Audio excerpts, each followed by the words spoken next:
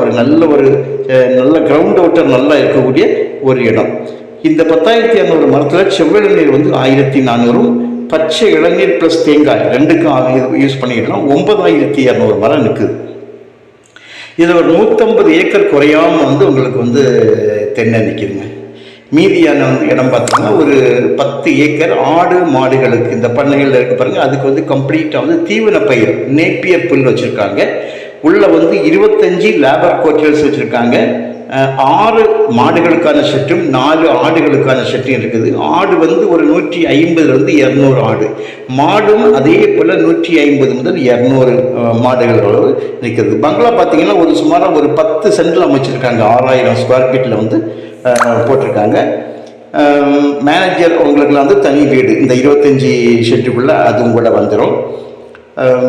tractor வந்து ஒரு 2 tractor 2 trailer, ஒன்று வந்து அந்த